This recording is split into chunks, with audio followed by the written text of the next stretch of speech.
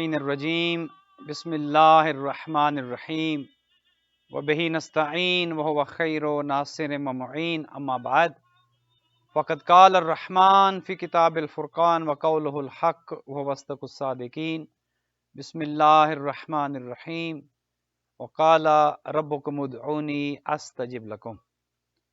مومنین مومنات، برادران و خواہران، السلام علیکم ورحمۃ اللہ وبرکاتہ۔ دعائے توسل کا پروگرام لے کر آپ کی خدمات میں در عباس سینٹر سے لائیو حاضر خدمت ہے۔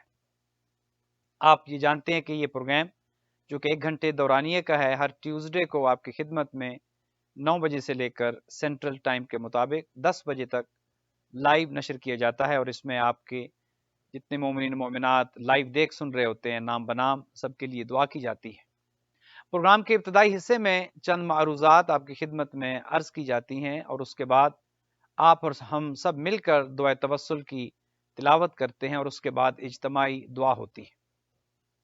آئیے ناظرین، خداوند متعال کا لاکھ لاکھ احسان ہے کہ خداوند بزرگ و برتر نے ہمیں توفیق مرحمت فرمائی کہ آج پھر آپ کی خدمت میں ہم حاضر ہیں، اور انشاءاللہ جیسا کہ آپ جانتے ہیں ماہ رمضان المبارک کی آمد ہے، اور بالکل کچھ ہی ایام میں انشاءاللہ ماہ رمضان المبارک شروع ہو جائے گا۔ اپنے آپ کو آمادہ کرنا ہے، اپنے آپ کو تیار کرنا ہے ایک روحانی مہینے کے لیے، ایک پرفیض مہینے کے لیے، ایک بابرکت مہینے کے لیے۔ یقیناً یہ مہینہ وہ ہے کہ جس کے دنوں جیسے دن نہیں ہیں، جس کی راتوں جیسی راتیں نہیں ہیں، جس کی ساعات جیسی ساعات نہیں۔ خداوند متعال ایک رحمتوں، مغفرتوں اور ایک وسیلہ ہمیں عطا فرما رہا ہے۔ مجھے امید ہے کہ آپ سب اس مبارک مہینے کا استقبال کرنے کے لیے تیار ہوں گے، آپ سب آمادہ ہوں گے کہ اس مہینے کے فیوز و برکات سے ہم سب مستفید ہوں، عبادت کریں، اپنے گناہوں کی مغفرت طلب کریں، اور خداوند متعال کے قریب اپنے آپ کو کریں۔ ہم ہر عبادت میں خداوند بزرگ و برتر سے جب نیت کرتے ہیں اور ہر عبادت کا آغاز کرتے ہیں تو نیت یہی ہوتی ہے کہ قربتاً الی اللہ، نماز پڑھتا ہوں قربتاً الی اللہ، روزہ رکھتا ہوں قربتاً الی اللہ، تاکہ اللہ کے قریب ہو جاؤں۔ اور یہ قربت زمانی قربت نہیں ہے بلکہ روحانی قربت ہے۔ میں اپنی روح کو اتنا قریب کر دوں کہ اپنی روح کو گناہوں سے پاک کر دوں، تمام آلائشوں سے پاک ہو جائے، تمام نجاسات اور کثافتوں سے پاک ہو جائے، اور میں اپنے نفس پر قدم رکھتے ہوئے تقوی کی منازل کو طے کرتے ہوئے اپنے آپ کو اللہ کے قریب محسوس کروں، نیکی کے قریب محسوس کروں، اور روحانیت کی منزلوں میں اتنا بالا تر ہو جاؤں کہ اپنے آپ کو یوں محسوس کروں کہ جیسے میں نے اپنے آپ کو پہچان لیا ہے۔ چونکہ امیر المومنین یہ فرماتے ہیں کہ اپنی معرفت جب انسان کو حاصل ہو جائے، من عرف نفسہ فقد عرف ربہ، جس نے اپنے آپ کو پہچان لیا اس نے گویا اپنے رب کو پہچان لیا۔ تو ماہ رمضان المبارک جہاں پر اپنی پہچان کا مہینہ ہے، نفس کی معرفت کا مہینہ ہے، اپنے آپ کو گناہوں سے دور کرنے اور اپنے خالق حقیقی کے قریب کرنے کا مہینہ ہے، وہیں پر استغفار کا مہینہ ہے، اور یہ سب اللہ سبحانہ و تعالیٰ کی توفیقات سے ہی ممکن ہوتا ہے۔ آئیے ذرا آمادہ ہو جائیں، اپنے آپ کو تیار کر لیں، چونکہ ہر کام کے لیے آمادگی بہت ضروری ہے۔ آپ کہتے ہیں نا کہ فلاں کام کے لیے میں نے اپنا ذہن بنا لیا ہے، ذہن تیار کر لیا ہے، اپنے آپ کو آمادہ کر لیا ہے، تو اگر دنیا کے کسی کام کے لیے بھی آپ آمادگی کے بغیر کامیاب نہیں ہوتے، کوئی بھی کام کرنا ہے آپ پہلے پلان کرتے ہیں، آمادہ کرتے ہیں، اپنے آپ کو تیار کرتے ہیں، اپنے آپ کو آپ اس کے لیے تیار کر کے پھر اس کام کو شروع کرتے ہیں، اور خداوند متعال آپ کو کامیاب فرماتا ہے۔ تو ماہ رمضان المبارک کی آمد سے پہلے ابھی چونکہ کچھ ایام باقی ہیں، آئیے اپنے آپ کو آمادہ کر لیں، تیار ہو جائیں، ذہن بنا لیں ہم نے کرنا کیا ہے، ہم اس مہینے کو کس طرح سے گزاریں گے۔ ہو سکتا ہے ہماری زندگی کا آخری ماہ رمضان المبارک ہو سکتا ہے اس کے بعد یہ مغفرت کی راتیں، یہ مغفرت کی ساعات، یہ مغفرت کا مہینہ ہمیں پھر میسر نہ ہو، تو کم از کم جاتے جاتے اس طرح سے اس مبارک مہینے کو گزار جائیں کہ خداوند متعال ہمیں اس طرح کر دے کہ جیسے ابھی شکم مادر سے ہم اس دنیا میں آئے۔ چونکہ یہ مہینہ وہ ہے کہ جس مہینے میں انسان پاک ہو جاتا ہے، اور ناپاکی گناہوں کی وجہ سے ہے، ناپاکی ہماری لغزشوں کی وجہ سے ہے، ہمارے اندر جو بھی نجاستیں ہیں، وہ غیبت ہو، وہ چغل خوری ہو، وہ حرام کھانا ہو، وہ کسی مومن کو اذیت پہنچانا ہو، یہ سب برائیاں ہیں، یہ سب بیماریاں ہیں، یہ سب نجاستیں ہیں، جس کی وجہ سے انسان خدا سے دور ہو جاتا ہے، اپنے مرکز سے دور ہو جاتا ہے۔ اور جتنا انسان خدا سے دور ہوگا اتنا شیطان سے قریب ہوتا جائے گا، اور جتنا انسان ان گناہوں کو چھوڑ کر شیطان سے دور ہوگا اتنا خدا کے قریب ہوتا جائے گا۔ آپ یوں سمجھیے کہ آپ درمیان میں کھڑے ہیں، ایک طرف شیطان کی طرف بلانے والی طاقتیں ہیں اور ایک طرف رحمان کی طرف بلانے والی طاقتیں ہیں۔ اب انسان پر دونوں قوتوں کا عمل ہے، عمل جاری و ساری ہے، دونوں طاقتیں انسان کو اپنی طرف کھینچتی ہیں۔ یقیناً رحمان کا نمائندہ انسان کو رحمان کی جانب بلائے گا، اور شیطان کا نمائندہ انسان کو اس بات پر آمادہ کرے گا کہ چھوڑو، نمازوں میں کیا رکھا ہے، روزوں میں کیا رکھا ہے، تلاوت قرآن میں کیا رکھا ہے، کھانے پینے کا مہینہ ہے، تم کھاؤ، خوب نیند پوری کرو، اپنی زندگی کے مزے لوٹو، اور 4 دن کی زندگی ہے، اس کے بعد کون جانتا ہے کہ کیا ہوگا، اس دنیا میں آئے ہو تو مزے لوٹ کر جاؤ، کھا پی کر جاؤ۔ تو ایک طرف شیطان کا نمائندہ ہے کہ جو زندگی کو خوبصورت بنا کر دکھائے گا اور انسان کو آمادہ کرے گا کہ وہ خدا سے دور ہو جائے۔ اب یہاں پر انسان کے ایمان کا امتحان ہے۔ اگر تو ایمان کمزور ہے اور رحمان کی جانب بلانے والے کی آواز پر انسان کان نہیں دھرتا، اور جو شیطان کا نمائندہ ہے اس کی آواز پر انسان لبیک کہتا ہے، اس کا مطلب یہ ہے کہ وہ دنیا اور آخرت میں اپنے لیے خسارے کا سودا کر رہا ہے۔ اور اگر انسان اس دنیا میں ذرا سی محنت کر لے، ذرا سی مشقت کر لے، تو اللہ سبحانہ و تعالیٰ اسے اس دنیا میں بھی کامیاب و کامران کرتا ہے، اور آخرت کی زندگی میں تو یقیناً کامیابی ہے۔ چونکہ اگر آپ ایک عقل مند شخص سے پوچھیں کہ آپ کیا چاہتے ہیں، تو وہ یہی کہے گا کہ میں کامیابی چاہتا ہوں، اور کامیابی ایسی کامیابی ہو جو دائمی ہو، جو ہمیشہ ہمیشہ کے لیے ہو۔ تو ہمیشہ ہمیشہ کی کامیابی کو حاصل کرنے کے لیے تھوڑا سا تو محنت کرنی پڑے گی۔ اگر دنیا کی کامیابی بغیر محنت کے حاصل نہیں ہوتی، اگر دنیا میں مقام و مرتبہ بغیر محنت کے حاصل نہیں ہوتا، بغیر راتوں کو کی جاگنے سے حاصل نہیں ہوتا، اگر ایک طالب علم کی ڈگری بغیر محنت کے حاصل نہیں ہوتی، راتوں کو جاگنا پڑتا ہے، محنت کرنا پڑتی ہے، ٹیوشن لینا پڑتی ہے، اگر دنیا کی کامیابی بغیر محنت کے حاصل نہیں ہوتی، تو یہ کیسے سمجھ لیتا ہے انسان کہ آخرت کی کامیابی کے لیے کچھ نہیں کرنا پڑے گا؟ یہ ممکن نہیں ہے۔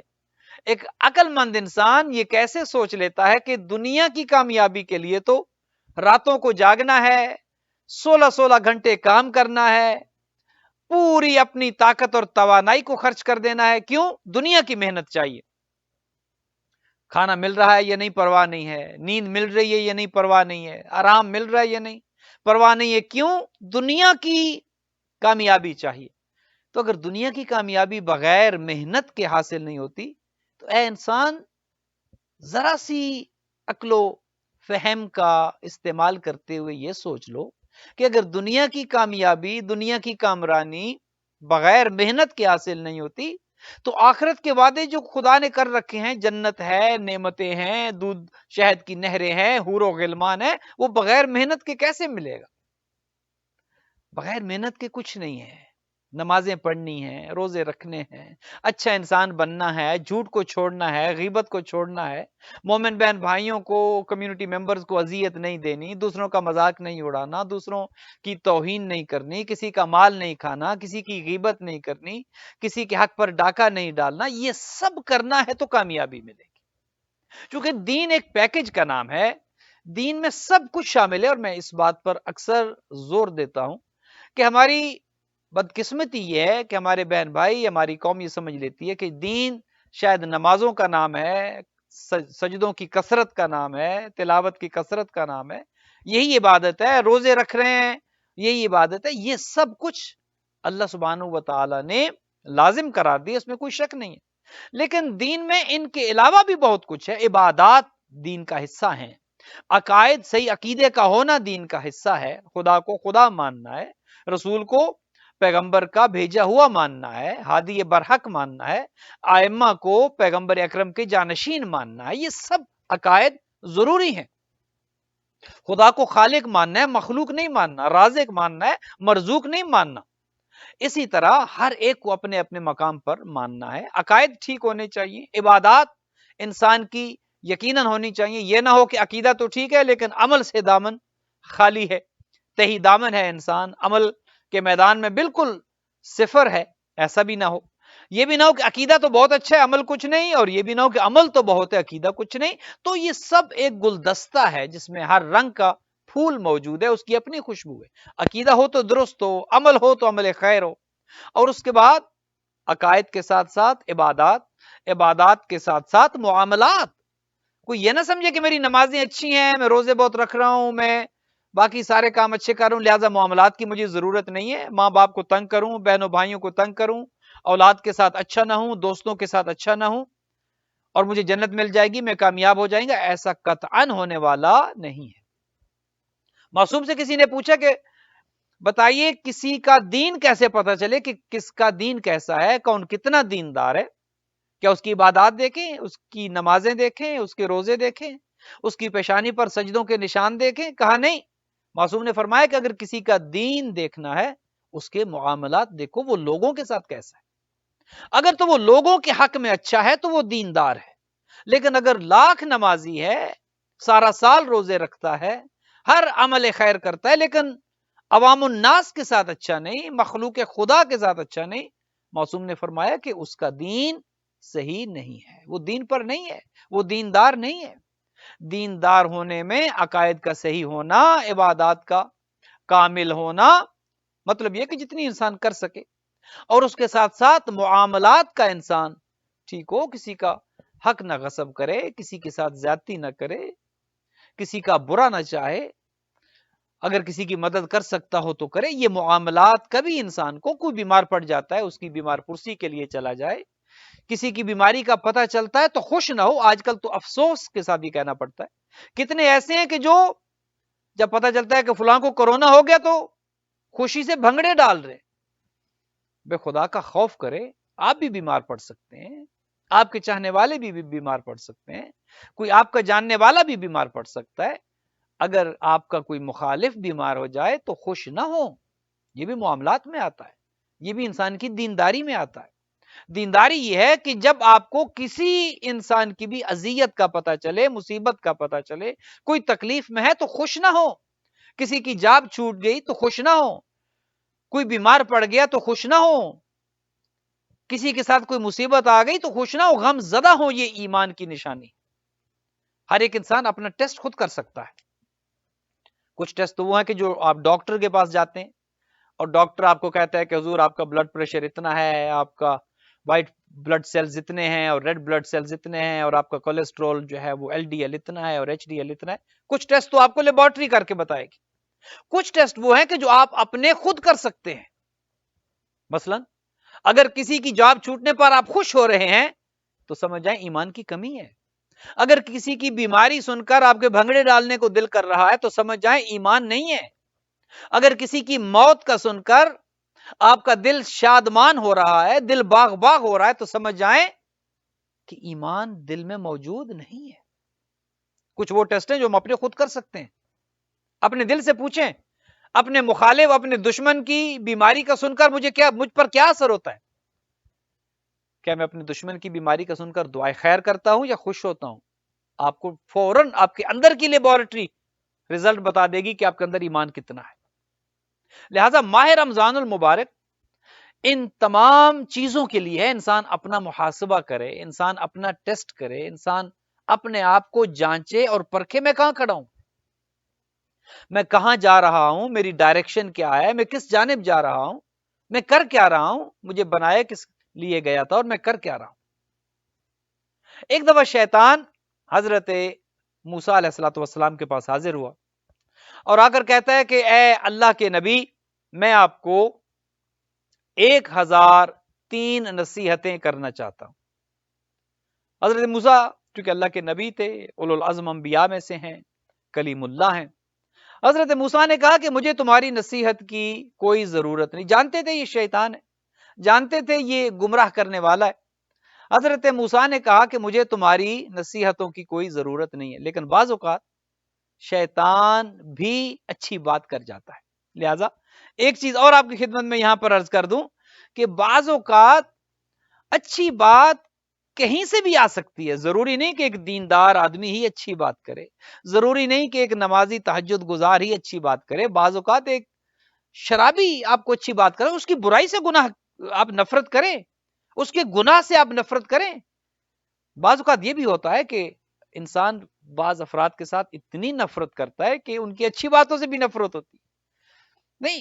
اسی لیے مولا نے کہا کہ یہ نہ دیکھو کہ کون بات کر رہا ہے، یہ دیکھو کہ بات کیا ہے۔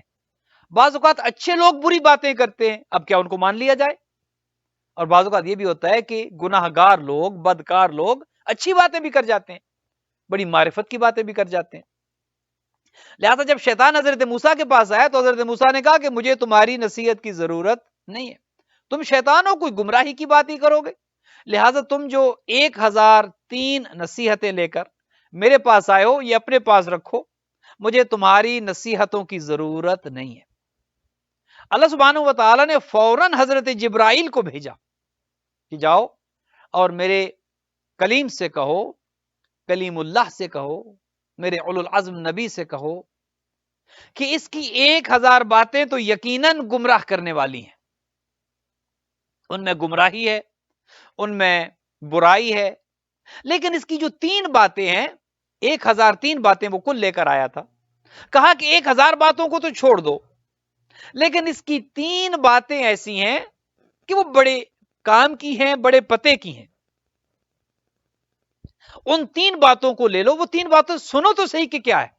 حضرت جبرائیل آئے اور کہا اے موسیٰ، خدا یہ کہتا ہے کہ یہ شیطان کہ جو تمہیں 1003 باتیں بتا رہا ہے، اس کی 1000 کو تو چھوڑو، 3 باتیں اس سے پوچھو کہ کیا کہتے ہو۔ حضرت موسیٰ نے شیطان سے کہا کہ بتاؤ وہ 3 باتیں کیا ہیں جو تمہارے پاس ہے۔ شیطان نے کہا کہ پہلی نصیحت یہ ہے، پہلی بات یہ ہے کہ جس کام کا ارادہ کر لو اس کو فوراً انجام دو۔ اگر ایک نیک کام کا ارادہ کر لیا ہے تو اس نیک کام کو فوراً انجام دو، سوچتے نہ رہو کہ کل کروں گا، پرسوں کروں گا، آئندہ سال کروں گا۔ شیطان نے کہا کہ جب تم نیک کام کا ارادہ کر کے پسو پیش سے کام لیتے ہو، سوچ و بچار سے کام لیتے ہو، ڈھیلے پڑ جاتے ہو، تو میں فوراً اپنا کام دکھا جاتا ہوں۔ نیک کام کا ارادہ کر لیا، اب سوچو نہیں، نماز کا وقت آ گیا، ارادہ کر لیا کہ پڑھنی ہے، ابھی بہت ٹائم ہے، 1 گھنٹے تک پڑھوں گا، سورج غروب ہونے تک تو ادا ہو سکتی ہے، زور اور اثر میں ابھی بہت ٹائم ہے، ابھی پڑھ لیتا ہوں، چائے پی لوں پڑھ لیتا ہوں، یہ خبر نامہ سن لوں پڑھ لیتا ہوں، یہ ڈرامہ دیکھ لوں پڑھ لیتا ہوں، یہ کام کر لوں پڑھ لیتا ہوں، فلاں کو فون کر لوں، فلاں کو ای میل کر لوں پڑھ لیتا ہوں۔ شیطان نے کہا کہ جب تم نیکی کے کام میں ڈھیلے پڑ جاتے ہو میں فوراً اپنا کام دکھا دیتا ہوں۔ چونکہ نیکی کے کام میں ڈھیلا پڑ جانا مطلب یہ ہے کہ ایمان کمزور ہے۔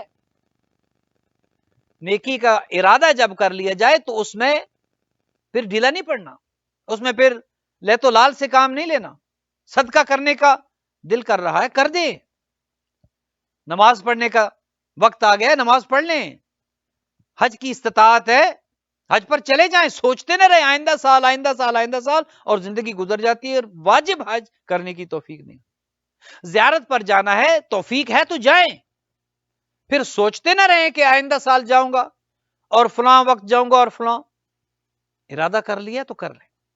مسجد بن رہی ہے، امام بارگاہ بن رہا ہے، آپ کو پتہ چل گیا، اس کی مدد کر دیں، سوچتے نہ رہیں آئندہ سال کروں گا اور اس کے بعد کروں گا، کیا خبر آپ کو آئندہ سال ملے۔ یہ باتیں شیطان نے بات کی ہے کہ میں فوراً کام کر، جو بندہ سوچتا ہے نیکی کے کام میں کہ کروں یا نہ کروں، شیطان نے کہا حضرت موسیٰ سے کہ میں فوراً اپنا کام دکھا دیتا ہوں اور میں اس کو نہیں کرنے دیتا۔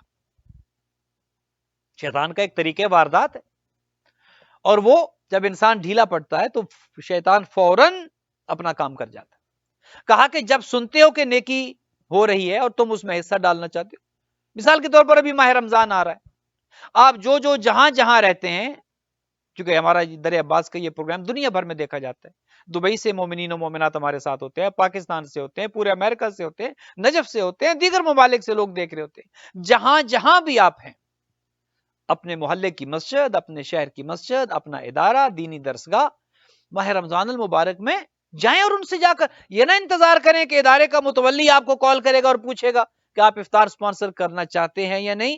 اس کال کا انتظار نہ کریں، خود جائیں اور جا کر کہیں ایک ماہ رمضان المبارک کی افطاری میں میرا نام لکھے، میں مومنین کو کھلانا چاہتا ہوں، میں ادارے کی مدد کرنا چاہتا ہوں، میں ماہانہ ممبر بننا چاہتا ہوں، میں ادارے کی کنسٹرکشن میں حصہ لینا چاہتا ہوں.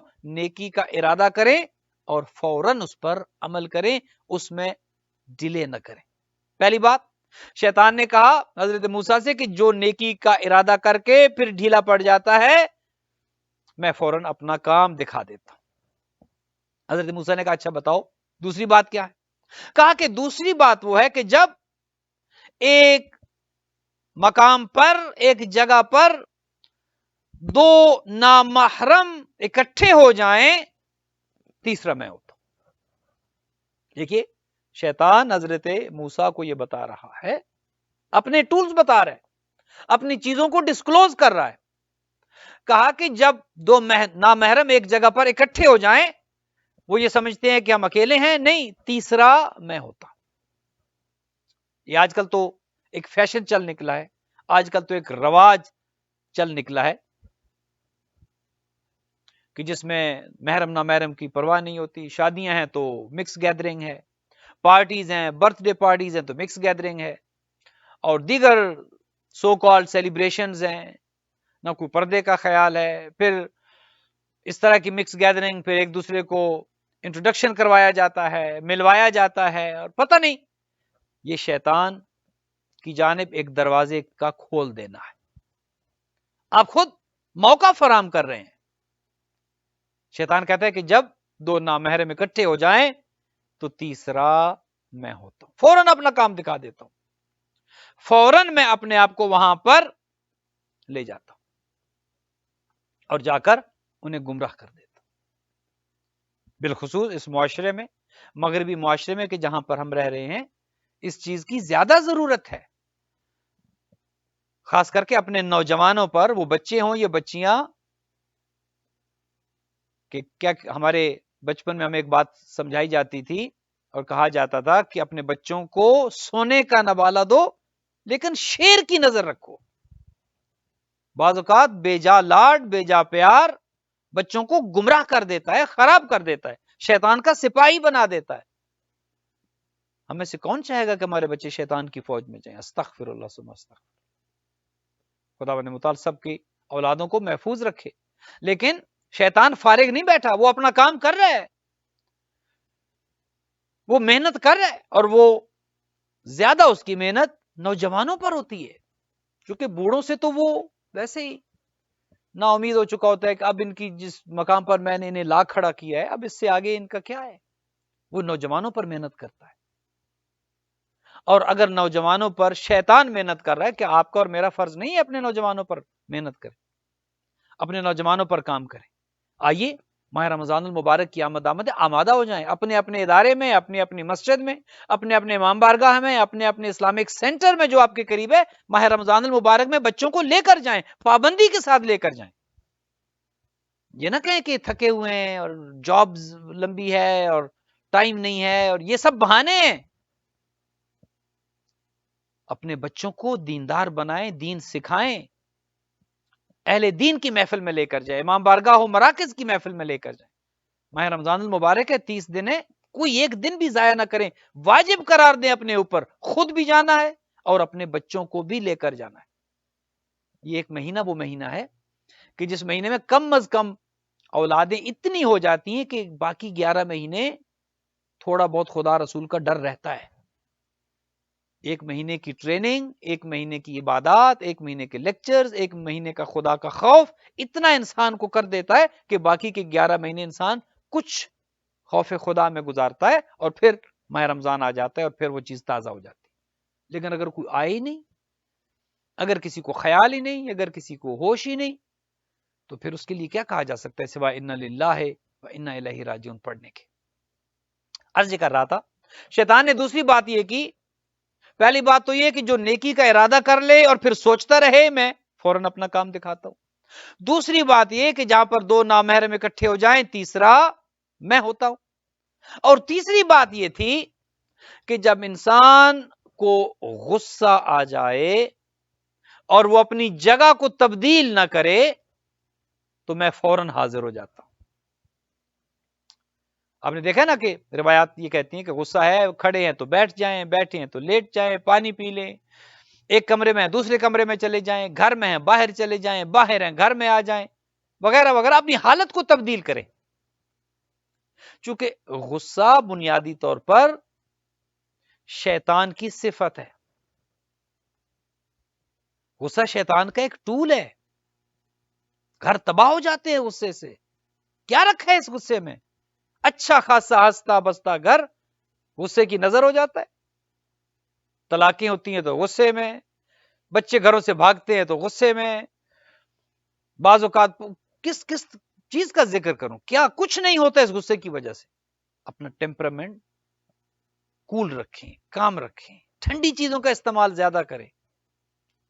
ماہ رمضان آ رہے، بعض افراد ماہ رمضان میں غصے میں قابو نہیں آ رہے، کنٹرول نہیں. اور کیوں؟ بھئی میں نے روزہ رکھا ہوا. روزہ رکھا ہوا ہے تو کسی پر احسان کر رہے ہیں. روزے کا مطلب یہ تو نہیں کہ آپ لوگوں سے لڑتے پھریں. روزے کا مطلب یہ تو نہیں کہ آپ ہر ایک کو ڈانٹتے پھریں. روزے کا مطلب یہ تو نہیں کہ آپ ہر ایک کی تحقیر کرتے پھریں.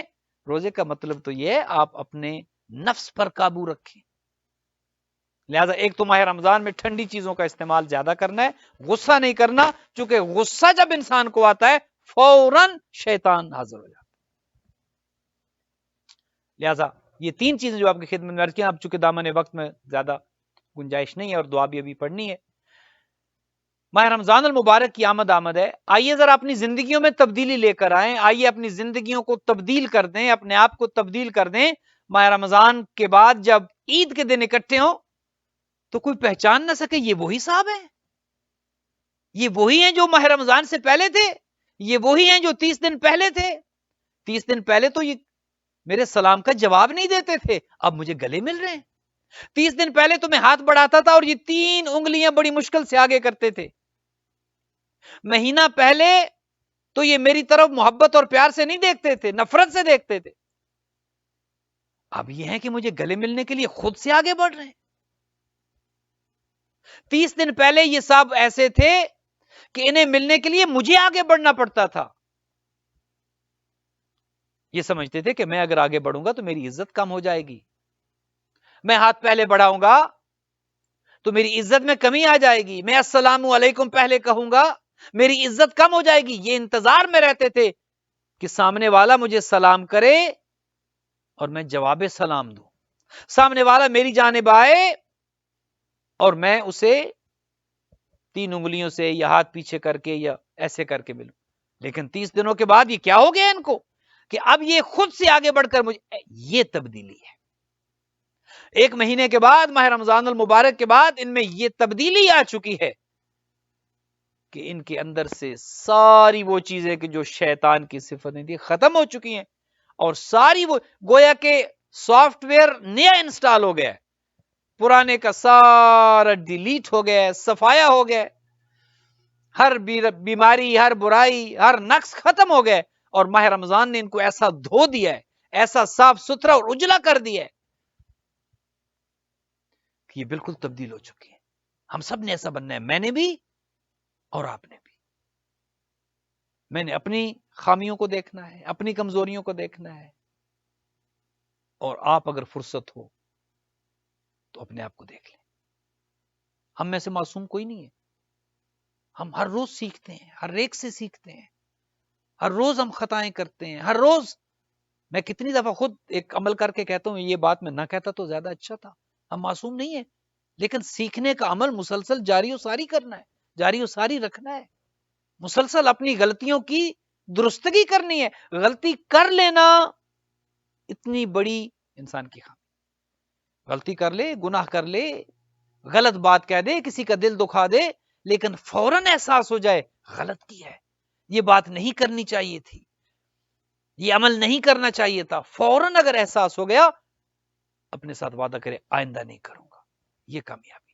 اور ماہ رمضان المبارک اسی کام کے لیے، اسی مقصد کے لیے آئیے خداوند متعال سے دعا کریں، آپ کو، مجھے، ہمارے بچوں کو، گھر والوں کو، بہنوں بھائیوں کو، دوستوں کو، اعزاء و اقربا کو، سب کو خدا یہ توفیق دے کہ ہم اس ماہ رمضان المبارک میں بالکل تبدیل ہو جائیں، صاف ستھرے ہو جائیں، اجلے دھلے ہو جائیں، اور ایسے دھل کر باہر نکلیں، ایسے اجلے صاف ستھرے ہو کر ماہ رمضان المبارک کے بعد باہر نکلیں کہ اللہ سبحانہ و تعالیٰ بھی ہم سے خوش ہو، ہمارا نبی بھی ہم سے خوش ہو، اور اہل بیت علیہ الصلوۃ والسلام بھی ہم سے خوش ہو۔